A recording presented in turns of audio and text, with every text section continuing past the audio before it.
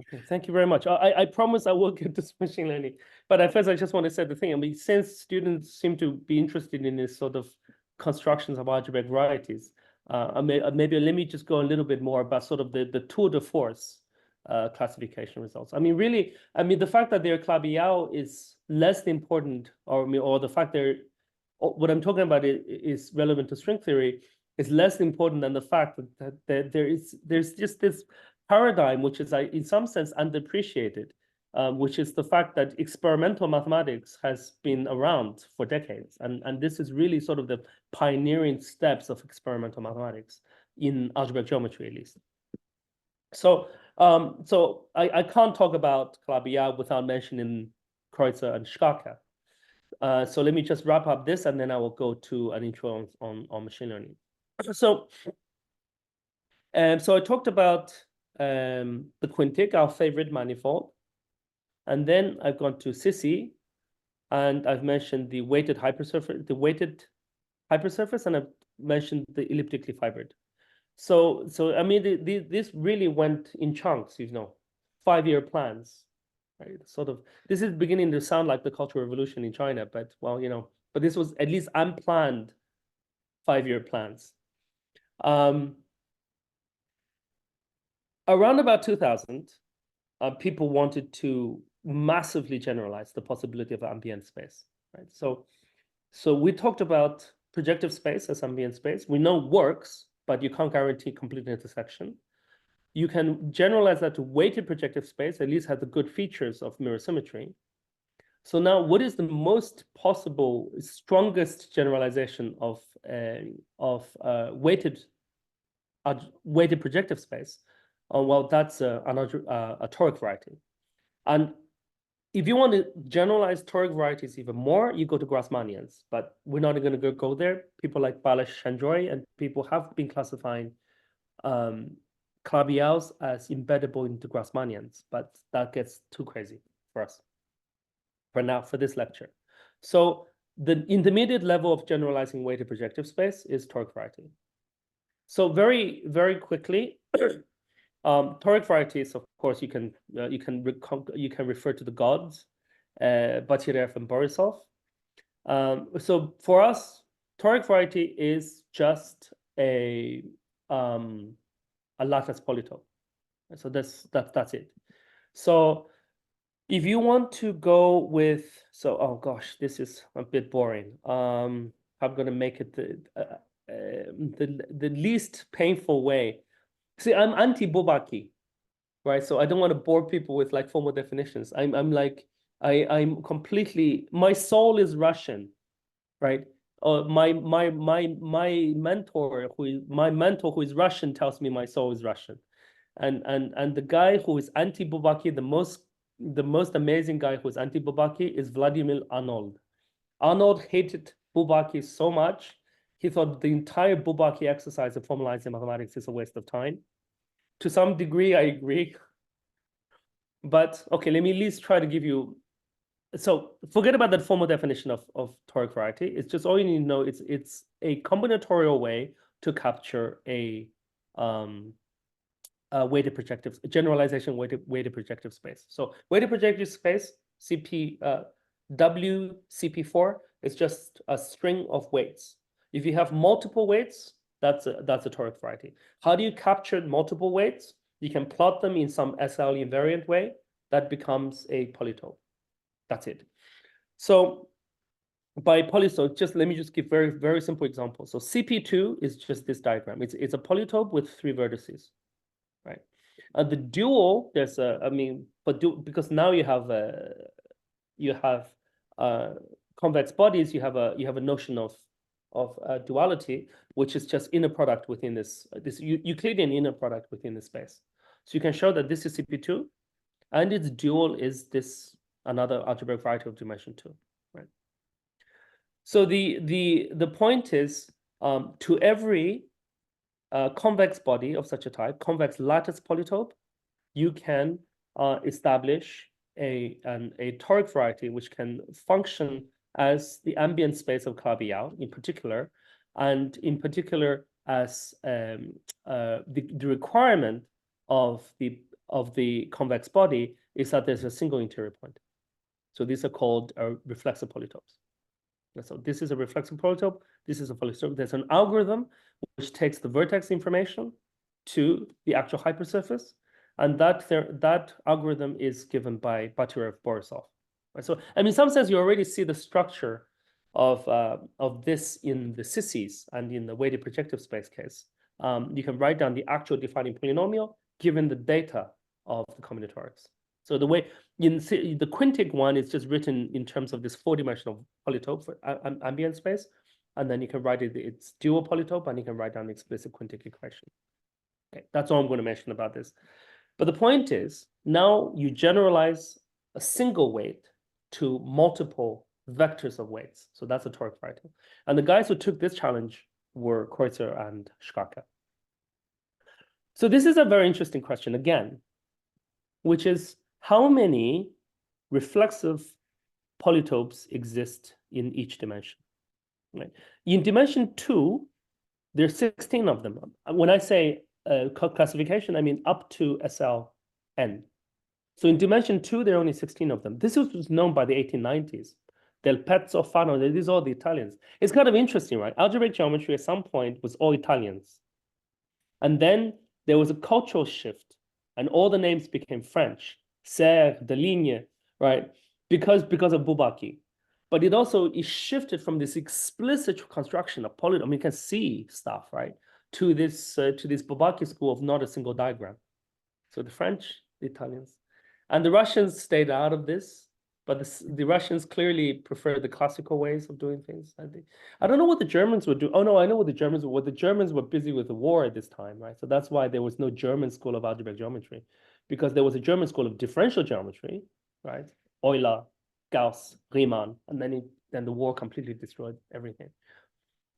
So 16 polytopes that can be classified as F2, and this is kind of a check, right? So you can just easily check. These are the only convex bodies. So convex, right? They're actual convex polygons. You don't have like dents that have a single interior point, right? That's it. You can check that these are only 16 points. So the point of the Batirev-Borisov theorem is that each one of them corresponds to a complex dimension 2 algebraic variety. They're called generalized Fano varieties. And if you take a hypersurface in those, you will get a Clabia. So that's a remarkable theorem. So these 16 are not Clabia. They give two-dimensional toric varieties, which are not Clabia. But if you take a hypersurface, in particular the hypersurface given by the anticanonical divisor, it will be Clabia. So in this case, it's a very beautiful fact that if you take the anticanonical divisor of these 16 hypersurfaces, not necessarily smooth, you will get a Clabia one-fold. So these are 16 very distinguished elliptic curves.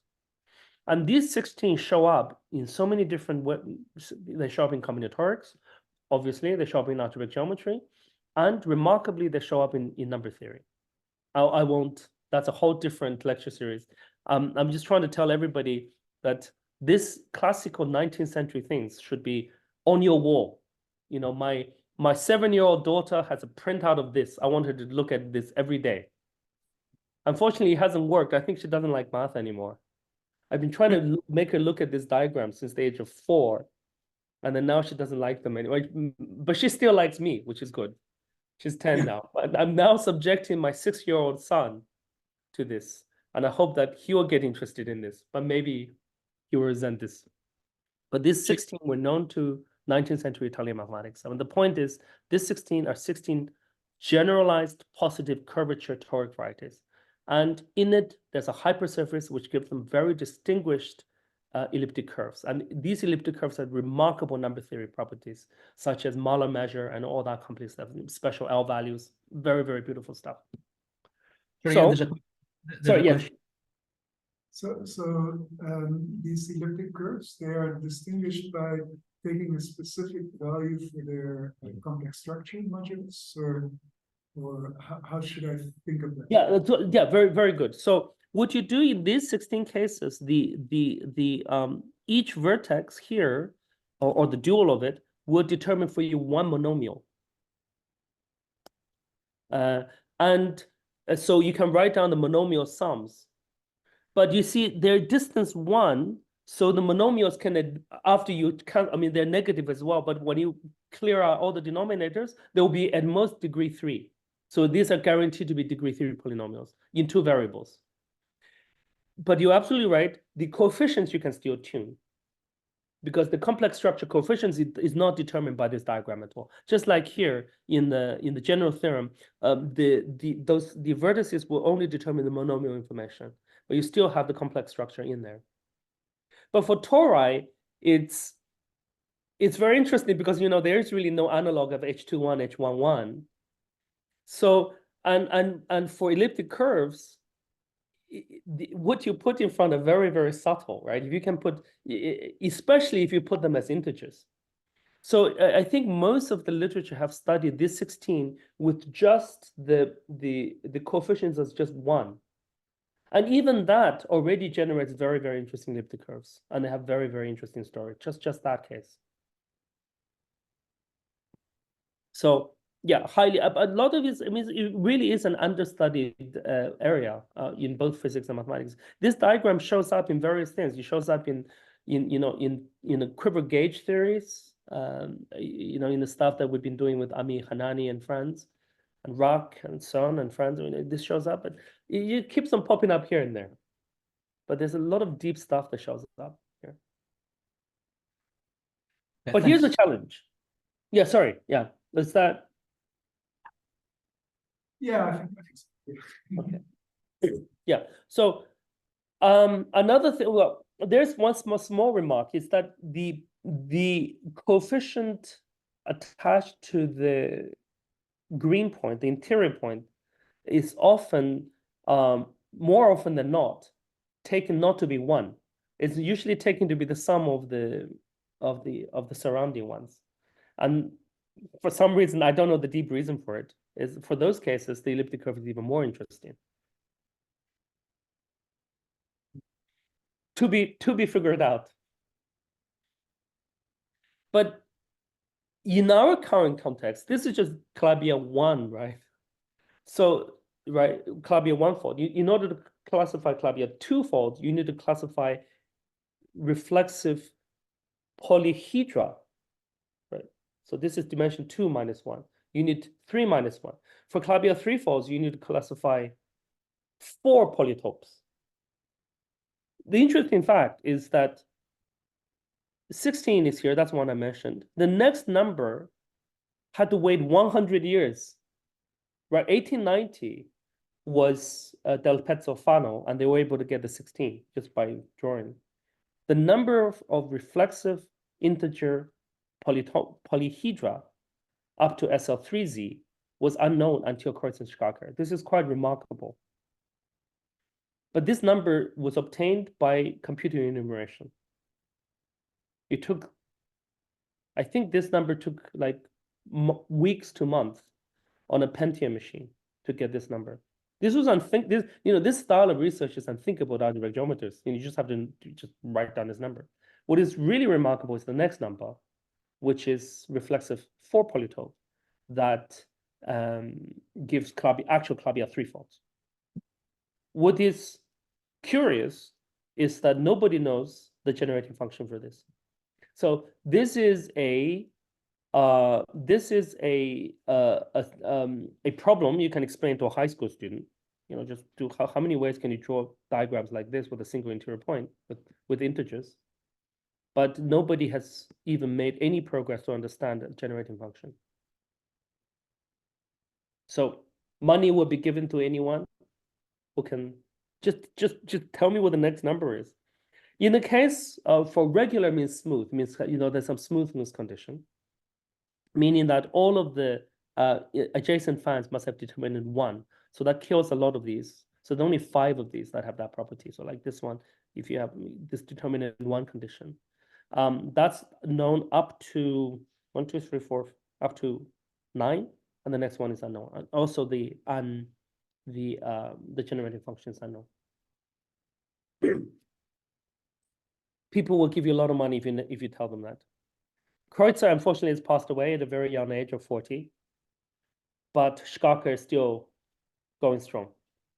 So this is a big database, right? So there's a lot of beautiful results, and there's so many groups that are involved across the world that are still mining this data set. So this is clearly the largest freely available database of Clavier manifolds, and in fact, is the largest freely available database in geometry. Just go download it. It fits on your phone now. I have it on my phone. I don't do much with it. It's about 5 gigabytes. If you're bored, you can look at it on Python. There's Python for Android. You can go through it. It's very, you may want to, I don't know, if you're in a long queue in the hospital, you may want to do this sort of thing. But then you may end up more sick than you did when you went into the hospital.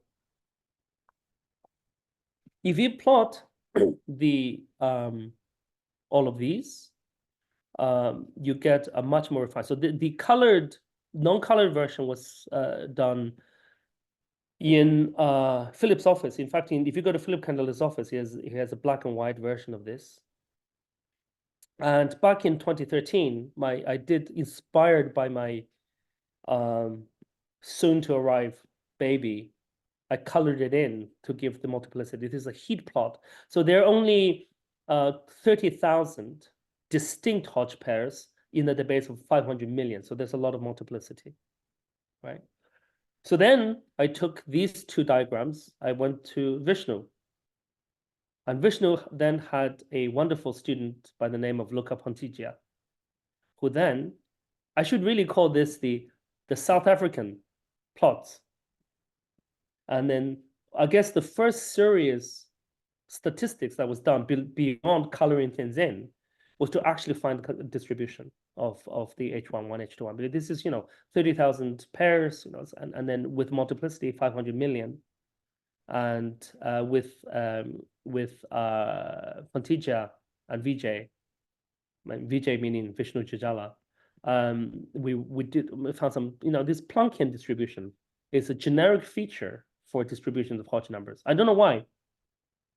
Here is a wild speculation. Take any random sample of classification theorem from algebraic geometry and plot their Betti numbers. The result will be something like Planck. There's going to be, well, I don't know. In some sense, it's like, okay, fine. There's always going to be some peak somewhere. There's going to be nothing in the beginning, and then it tails off. It's kind of like a Planck. So that's it. Now, okay, so here's a plot. 40, 50 years, joint work of many, many mathematicians, computer scientists, you name it. So this is sort of the database. I mean, this is a topologically correct and by far not metrically correct Venn diagram. So Sissi, elliptic fibrations. The elliptic fibrations really should be almost everywhere. There are just only a few points that are not elliptic fibration. In fact, most of the Kreuzerschkarka is in elliptic fibration. Over 99.9% is in elliptic fibration. There's some Sissis out. Q is not. And Q, the quintic is a Sissi and it's a toric Kreuzerschkarka. The Schur manifold is elliptic fibration in the Sissi, but it's not a hypersurface, and so on and so forth. And then some isolated ones, like the gross manifold and a few others. But you really, I should really draw this properly. I mean, really what you should see is it's got to be a better way to represent this. It's like everything is elliptic fibration and then here and there. But this is, so open conjecture, the topological type in any dimension. This is a very strong, so this is the best world possible. But there's one more question. Sorry? One more question. Yeah, please. Yeah, absolutely. How are these outliers found? How are these things? Yeah. So these are individually tailored constructions by mathematicians. So they didn't like, so I'm going to consider intersection. You don't put constraints like complete intersection or it has to embed into toric variety. They were thinking about, let me try to do a blow up a particular surface and try to show that it's a bundle. See one of the bundle vanishes. So Mark Gross have done. I can't even. I think there's one like a gross Schur manifold that doesn't fit into any of this, but they're very few. They were done for the purpose of mirror symmetry. These isolated ones, people were constructing them because they have very good Gromov-Witten invariant behavior. Okay, so that was also not the David gross. The gross. Sorry. Yeah, no, sorry. Gross is Mark Gross. Yeah, I was having this conversation with who is the current chair of algebraic geometry at Cambridge. It's extremely confusing. David Gross is the Nobel Prize winning physicist who was one of the early founders of string theory. Mark Gross is the chair of algebraic geometry in Cambridge. He is in his 50s. Gross is in his 70s. And there's another one who is Benedict Gross, who is an algebraic geometer in Colombia, who is also involved in this, but less with Clavias. So there are three Grosses. But I mean, Gross just means big, and they're certainly big names. But this is Mark Gross. In fact, I learned from Mark Gross that this result. When I was telling him about this classification, he says very quickly on a back of an envelope, he says, of course, every Clavier threefold can be embedded into P7. You only need 8 every smooth compact P7. And there's a general result. CYN can be embedded into some like n squared minus something. That's a very nice result. So yeah, so Mark Gross is the one who's been constructing. Yeah, I can't imagine David Gross sitting down trying to construct manifold. That's just not his cup of tea. It would be nice. So that's the Yale conjecture. Maybe something I missed earlier. So how do we know that there's not a quadrillion of these exceptions that are outside these? Oh, absolutely. We have no idea. It could well be there quadrillion. We know of 3, but maybe somebody will come up with a new technique. Oh yeah, and this 3 is even sketchy. A handful. This is a purely schematic. Yeah, we have no idea.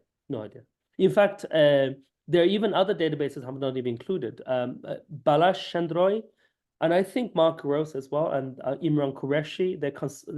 They even elevated one more to, instead of just toric variety, but Grassmannians, and then do complete intersection Grassmannian, then created other ones as well. But even with those, more. I mean, and then Shkarka did double hypersurface in reflexive 4 or 5, right? Not even hypersurfaces. He created 2 billion more. It's not even freely available yet because he's still sorting them out, just how to store that data. And even that still hasn't broken the Chi 960 conjecture. So we have now billions of Clavier manifolds, and 960 is just. Could we be looking? You talked about the original data giving negative Euler number, being misleading. Could we still be looking at a very, very tiny part of the landscape? We could absolutely. Absolutely. An actual majority of Calabi-Yaos or something totally different? Absolutely. We just don't have control over it. One thing that I thought about doing once, maybe I should do this, maybe whoever wants to do this, is to use Gross's theorem. Just take CP7, take 8 projective variables, and randomly generate polynomials up to, I don't know, 1 million. Well, maybe not 1 million, 100, and see where that distribution lands, if it's Clavier. But I think that's going to be very, very computationally intensive.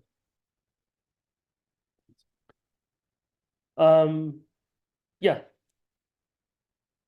High dimensional topology is very difficult. So, but at least it's finite. I mean, the best situation is that it is finite. So finite simply means in this context that there's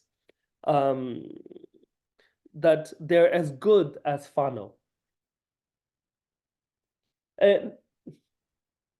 So I mean, this is actually, I mean, this is very, very deep. The more I learn about this, the more I appreciate how deep this is. So an analog of this in number theory is the Faltin's Model theorem. So if you look at, let me try to remember this. So if you look at a degree n polynomial in 2 variables, right, and try to, or projectivize 3, if you look at degree 3, that's elliptic curve. If you look at degree 2 or less, that's circle. If you look at degree above 3, that's general type, this thing, that's okay. But the number theory is actually very profound. The circle case, the pseudo-final case, if you wish, always has a finite number or how do I say not fi has a controlled way of finding rational solutions. For the general type, Fountains proved, again, negative curvature, right? So negative curvature in number theory means the higher ones always have finite number of integer solutions. So infinite but classifiable in the final case, finite for general type, and this boundary case again for elliptic curve is the theorem of Model, which says that there is elliptic curve to a rank plus torsion group, and there are only 15 type of torsion groups because of this. So that's kind of like somehow this. I guess that's the depth of I guess partly the depth of the Langlands program is that this kind of structure also, this table that I showed earlier also shows up in number theory, and in this tripartite vision as well. So yeah, I mean, Yao of course knows a lot about this stuff, and I think part of his finiteness conjecture is trying to imitate the number theoretic properties of this tripartite condition. So it's much deeper than just geometry and topology, but it really goes into the deep foundations of mathematics. So y'all, by finite you leave wall data, is that what you mean? Yes, yes, yeah, wall data. Yeah, so what Vishnu is mentioning is that for three, the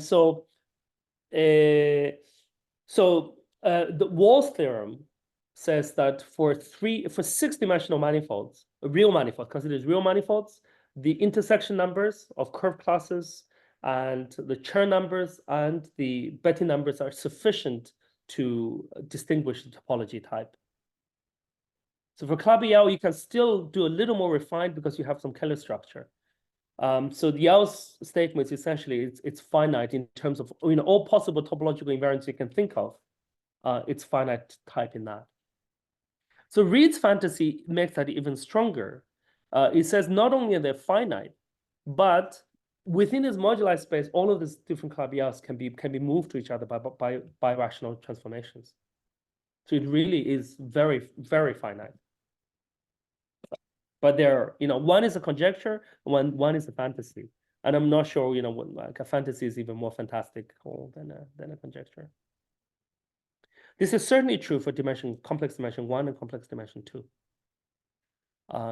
But this is suspected to be true in all dimensions, and that would have, if this is true, it will have implications, deep implications to every branch of mathematics. Is there an analog of Wall's theorem for fourfolds? It's included. Yes, I think there is one. I can't state it. I think Wall's theorem is true for general n manifolds, real manifolds. There's some version of it. That's a good question. I don't know of a reference that we can probably hunt for it. Tristan would know, actually. Ask Tristan. He doesn't know. It's just Tristan. He doesn't know. Ah, well, then let's find one. I'll ask Mark Gross. He might know. Yeah, for a fourfold, you just add C3 in addition to C2. And, Yeah.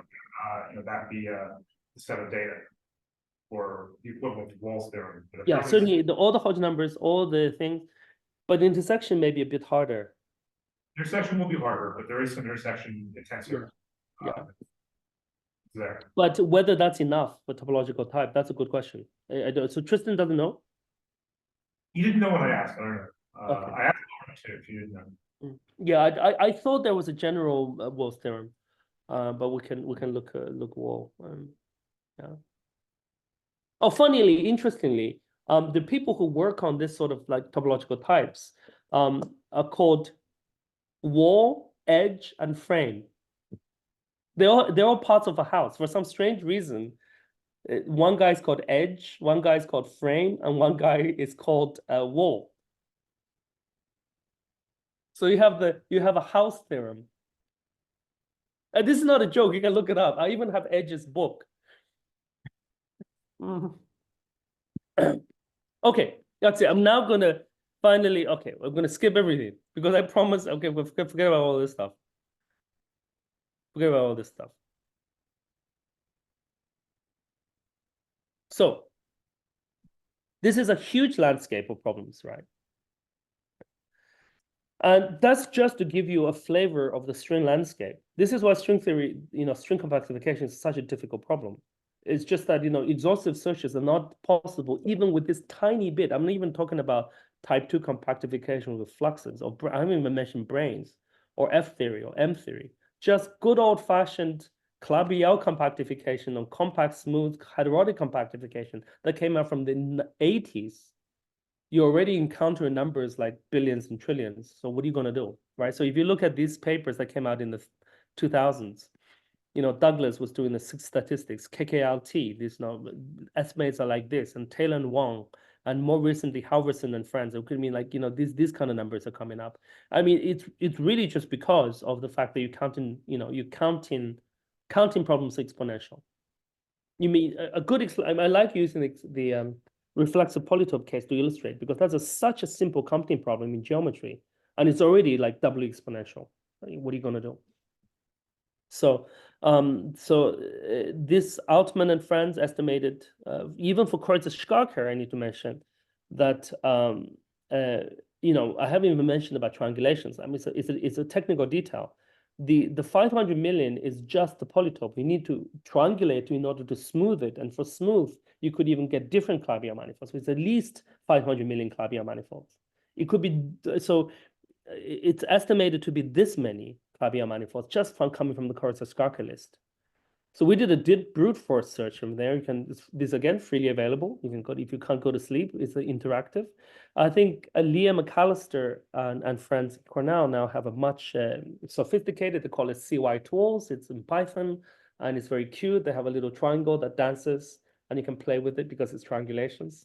It's also very nice. So, and I won't bore you. So what would Jesus do? I learned this is a wonderful acronym. People walk around with T-shirts that say this. Do you know this reference? I don't know. I thought it's like, in the deep American South, people have this. Well, if you don't know, this is reference. People go around WWJD, not so much. If you go into like heavy Bible belts in America, some people wear what would Jesus do? If you have problems like if you have problems like these numbers, what would Jesus do? Right. But I blasphemously changed the J for JPython. It took me a while because how do you find the J? So this was the kind of speculations that I was doing back in 2017. Is well, the only way to do it is machine learning. So where do we stand in terms of all of this landscape business? Well, the good is that these are freely available data, right? The bad is that on top of this freely available data, any computation in algebraic geometry is doubly exponentially complexity. This really needs to be emphasized because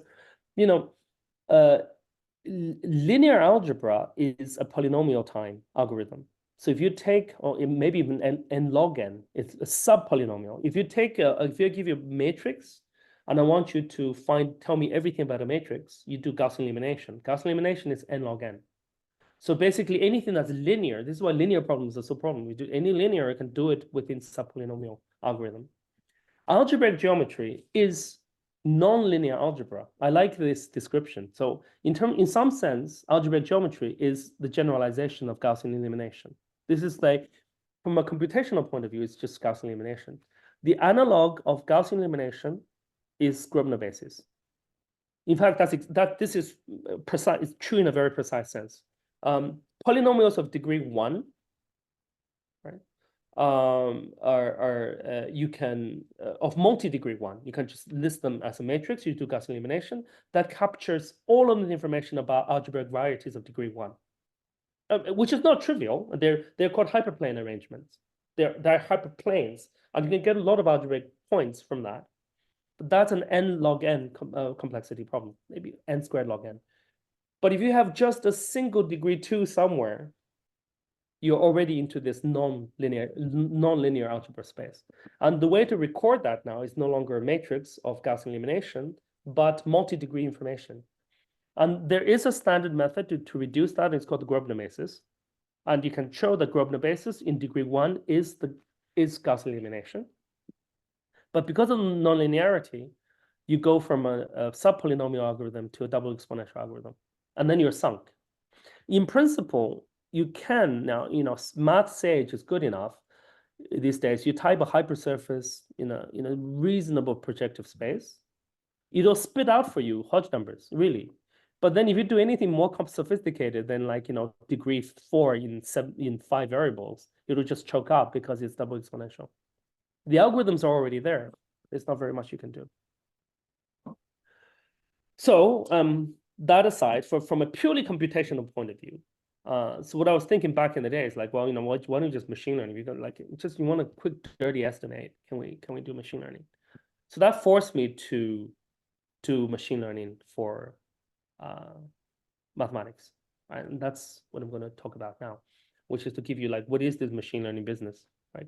I was asking the question, can algebraic geometry be learned and be done by machine learning? Of course, now I'm so, this was 5 years ago. Oh my God, it's not 5 years ago. It's, oh my goodness, it's 7 years ago. That's true. My son is 7 now.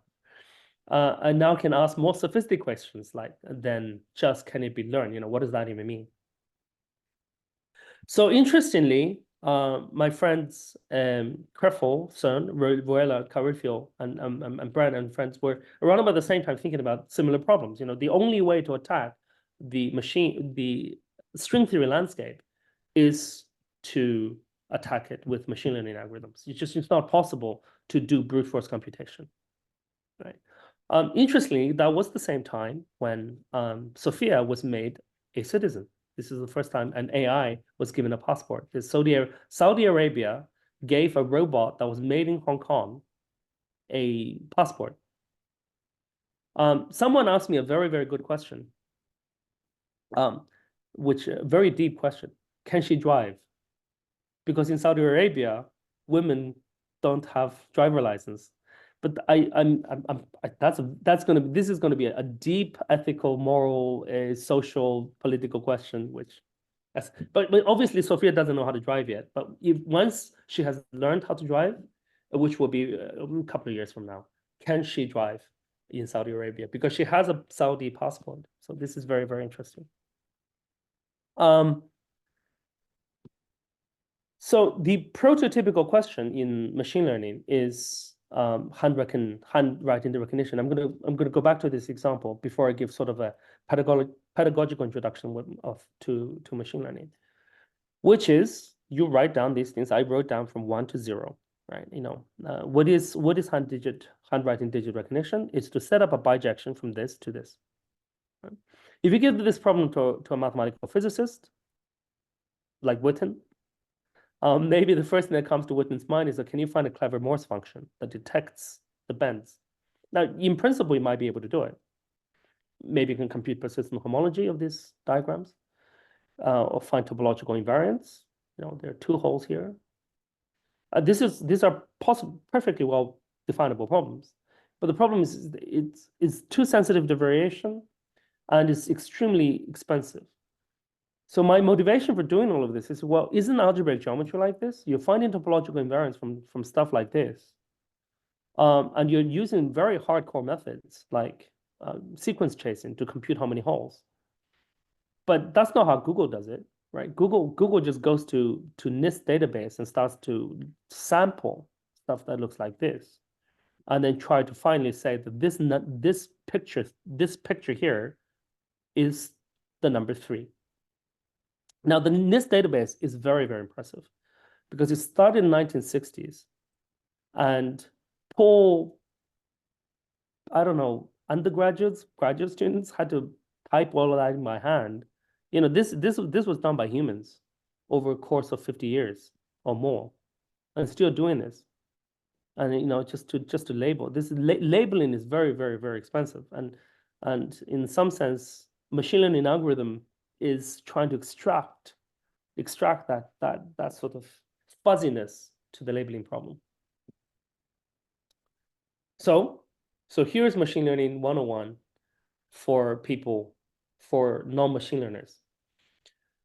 as promised, which is supposed to be what these lectures are about, but I kind of got distracted telling you about topology. The reason I had to tell you about topology is the official reason is I want to try to make this I want to make this a fanatic claim that mathematics is just processing images, right? This is fanatic. That's the official reason. The unofficial reason is just because, you know, that's my comfort zone. Now, I'm not a machine learner. I know these algorithms I don't know much about. But so here we go, just to share with you what I've learned about machine learning, really. So back in kindergarten, you were told about data points. Right? And now we're sophisticated. We call them point clouds in Euclidean space. Right?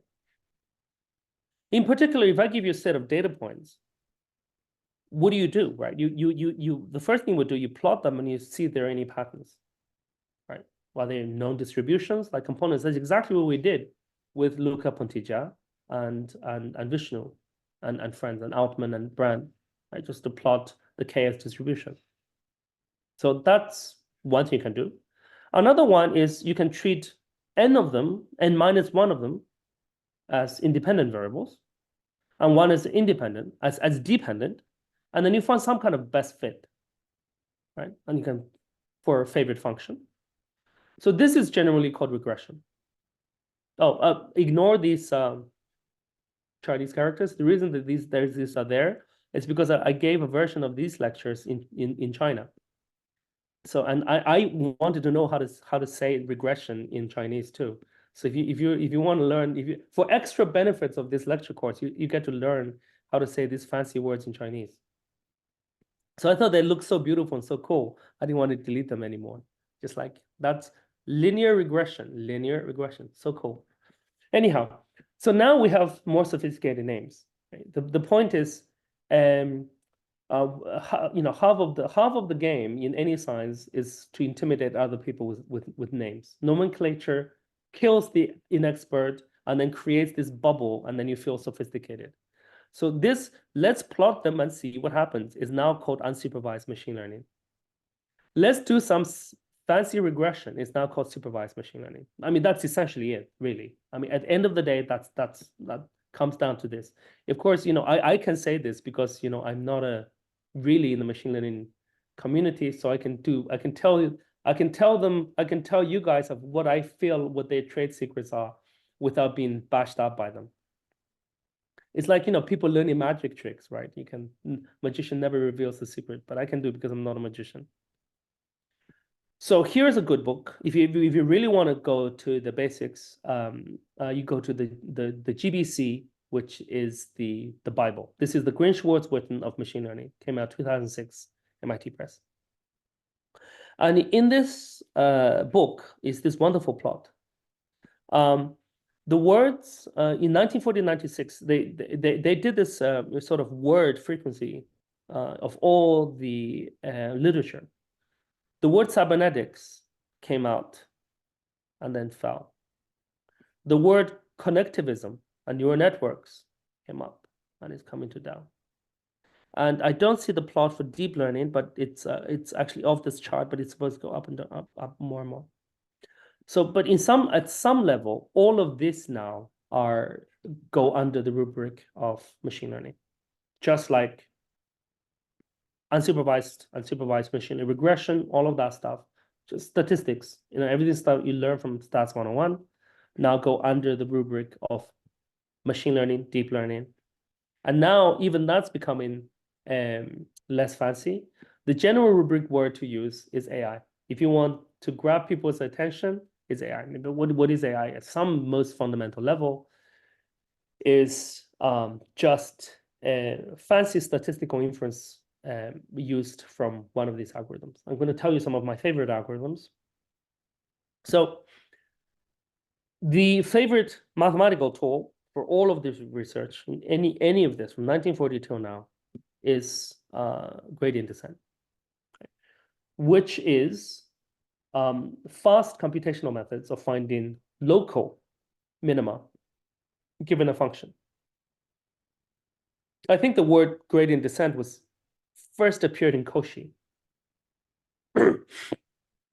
Well, there you know what to do, right? You give a function, how do I find its minimum?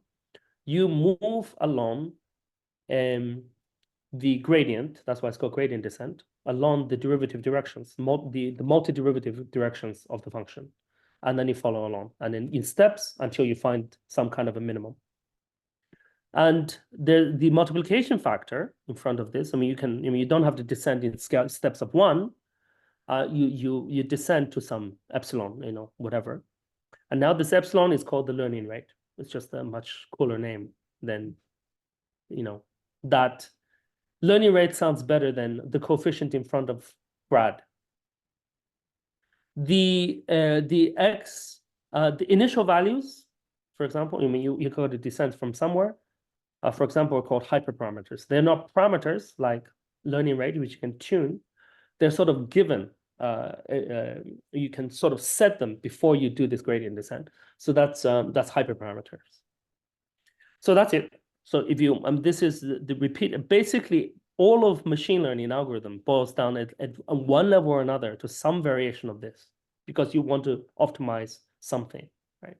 But this is actually a very, very deep statement in the sense that learning, the process of learning, it goes into deep philosophical questions as to what is consciousness. Learning is an optimization problem. Right? If you can find some problem that optimizes some cost function, then you're doing some kind of learning. Now, so this f is in this language is called a cost function because you want to minimize some cost. I haven't told you what f is in a typical problem, but I will, of course, tell you later. How do you do such costs? And one thing you can do, of course, if you want to take this over the entire sample size, if you given whatever the function is, when D is very, very large, when your data size is large, we're talking about, for example, Clavier is already 500 million, right? If you want to sample some kind of cost function evaluated at 500 million points, it's just not going to, it's computationally unfeasible. So you do random samples and then try to see how it behaves on random samples of that, right? So the size of the random sample is called a batch size or mini batch size, depending on which book you use. And to do optimization on that sample size is called stochastic gradient descent. Okay, so this is just set the terminology. It took me a while to just, really the hardest battle that I had to fight, because I did no stats and no CS in my undergraduate, right? I did math and physics. And so just learning this, like what these words mean, is half of the battle. So I'm now sharing with you what these words mean. So you won't be, if you're not a machine learner, you shouldn't be intimidated. So you owe me many bottles of wine for breaking all of this down from my suffering for you. Basic types, right? So if it's a machine learning algorithm that tries to compute discrete outputs, it's generically known as a classifier. If you're doing a continuous output, it's usually known as a regressor. So if you do regression, the output is usually called a regressor. So that's the first distinction of, with basic types of deep learning. Then machine learning can be divided into two categories: unsupervised and supervised, just as I mentioned here. Right. So for example, if you want to see patterns, that's unsupervised. Supervised is when you try to pinpoint out a dependent variable to try to label your data. Right. So that's the distinction between unsupervised and supervised. So there are many, many unsupervised algorithms. Clustering is a very good one. So clustering is basically I have a data set and I want to see whether certain features group them together, where they auto group, right? If I just plot a set of, if I just throw them out and if I see 5 blobs, that's an auto clustering. So the nearer the best known clustering algorithm is the nearest neighbor algorithm. So you just have a look at whether Euclidean distance groups them together, right? So that's very, very intuitive. Other unsupervised ones are autoencoders. This is extremely useful. So autoencoder basically means you do a transformation to your data, your point cloud, to try to transform into another way, cluster there, and then transform it back. This kind of architecture is extremely important for language processing. So autoencoders and transformers are very largely used for encoding data representation. So this extracts representation for data. So ChatGPT, for example, uses transformers and so transformer coded, they'll go hand in hand together. They use some kind of auto-encoding algorithm that extracts corpora of text into a representation. This is the auto-encoding process, which is usually some vector space. And then you do manipulation in nearest distances vector space, and then splits it back to text. So ChatGPT is a good transformer that uses auto-encoding into this what we call a latent space of representation. GANs are a generative adversarial. So so it's unsupervised because you play against itself, right? So the typical example is like generating images, right? So GANs are extremely useful for generating fake images because they play them against themselves. So anything that you see like, AI generated images is always done by GANs. So just some general names. My favorite one is PCA for supervised for unsupervised machine learning. Is principal component analysis. And you may have learned this in stats 101, but since I never took stats 101, I had to look it up and learn what this is, but it's since become my favorite one, and I'll explain to you why PCA is so. The biggest challenge in the sort of AI community is called the curse of dimensionality. So in other words, when n is very, very large, you just can't visualize anymore. The humans can't, we visualize up to 3, that's it, and end of story. And also when n is large, any computational problem becomes almost unmanageable, right? So how do you avoid this problem? How do you make machine learning or human eye pattern spotting manageable? My favorite one, I mean, there are many, many others, but my favorite one is PCA, and it is wonderful. It's so simple and so beautiful. So you're given a point cloud in n dimensions, okay, and there are m, so n is the dimension, and m is the data size. If you sample within m, that's the batch size. So what I want to do is I want to reduce n to a much, much smaller dimension to help with this curse of dimensionality, so that at least I can visualize. How do I, if I can reduce little n to some L, which is much, much smaller, and I can at least look at it, and it'll be very good. So how do I do this? Well, let's try a linear encoding. So what does that mean? That means I take some function. Well, here it's just a linear function. Sorry, this is supposed to be x, I think. Sorry, not x. Okay, I've written again. I've gone bubaki on you. What I mean by this sentence is my data in dimension n is a list of n vectors. I'm going to transform by matrix D, which is n times L, to reduce this to dimension L, so that it becomes a data set of size M in something much, much smaller L. Okay, let's just do this transformation. Okay. And I'm even going to do it to I mean, this is not orthogonal, this is not square, so this is not SO matrices, right? I can normalize to some size. Then what I want to do, so take these matrices, and I want to minimize this. I'm going to set up this cost function. I want to minimize the covariance of this. Okay. So by defining this distance, that means that's all I wanted to say. So all of this is words for this. I just want to minimize how this thing is stretched. And I want to squish it in a way that this distance, all these distances, the sum of this is in a minimal way.